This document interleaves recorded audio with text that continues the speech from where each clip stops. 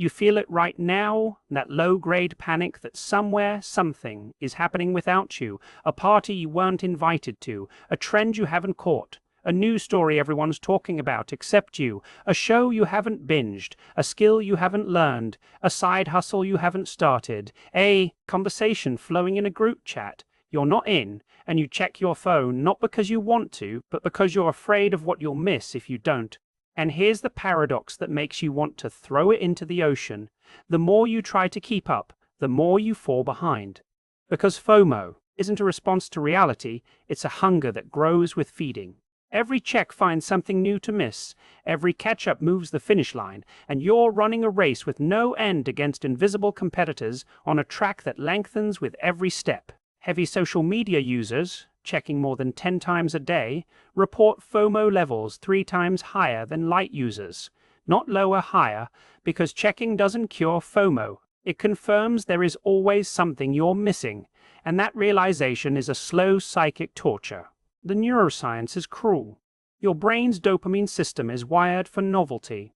So each new post gives a tiny hit that doesn't satisfy but creates a craving for the next, an infinite slot machine. And FOMO isn't the fear of missing something important, but the fear of missing the possibility of something important, a possibility that is infinite, so your anxiety becomes infinite. The American twist is we've turned FOMO into a productivity strategy: stay hungry, never settle, glorifying chronic dissatisfaction until opportunity becomes a disease. You can't rest because someone else is working. You can't enjoy what you have because someone just got more. You can't log off because the world might change while you're gone, and we've built a culture where the highest virtue is never being satisfied. Then wonder why everyone is anxious. But here's the reversal that only fully settles the second time you sit with it. The most successful, happiest Americans are not the ones who keep up with everything. They're the ones who've learned to miss out on purpose, understanding that missing out is not a bug, but a feature of having a life, because you cannot be everywhere and know everything. And the people who escape FOMO choose what to miss. They leave group chats without guilt, skip the news for a week and discover the world didn't end, and see that every yes to one thing is a no to 1,000 others, which isn't a tragedy but the only way to actually do anything. Let me tell you about David, a tech founder drowning in every platform and group chat and networking event and newsletter and podcast, drowning in information and starving for meaning, whose girlfriend said, "You're not present, you're here, but always checking what you're missing somewhere else." And he didn't listen until he missed his own mother's birthday dinner because he was scrolling in the bathroom that was the bottom, and he deleted everything, told colleagues he'd be unreachable for 30 days, and the first week felt like withdrawal, sweaty, and convinced he was destroying his career. The second week he started to notice the sound of rain, the way his girlfriend laughed, the fact his apartment had a window he'd never looked out of. The third week he had an idea, a real one, not something he'd seen elsewhere. Realizing his FOMO had been a substitute for creativity. As long as he was consuming, he never had to produce.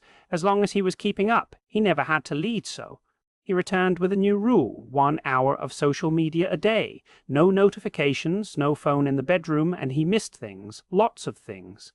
But his career didn't collapse, his relationships got better, and he discovered the things he missed were almost never important, while the things he gained, sleep, attention, original thought, were priceless. The American cognitive paradox is this: we are terrified of missing out, but that very fear makes us miss out on our own lives, and the only ones who escape are those who learn to be boring on purpose, picking a few things and ignoring the rest, accepting they'll never read all the books or watch all the shows or know all the news, and in that acceptance they find peace.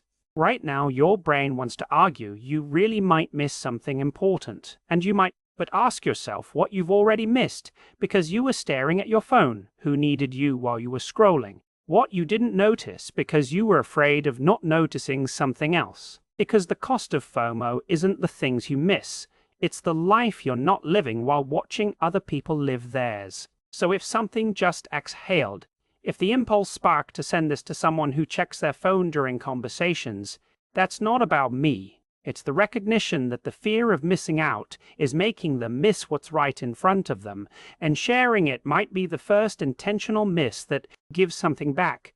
The question from the beginning, why are we terrified of missing out, yet feel further behind the more we try, has an answer that only a second viewing fully reveals. The race has no finish line. The only way to win is to stop running, because the running itself is the trap. Now go miss something on purpose. That's an order.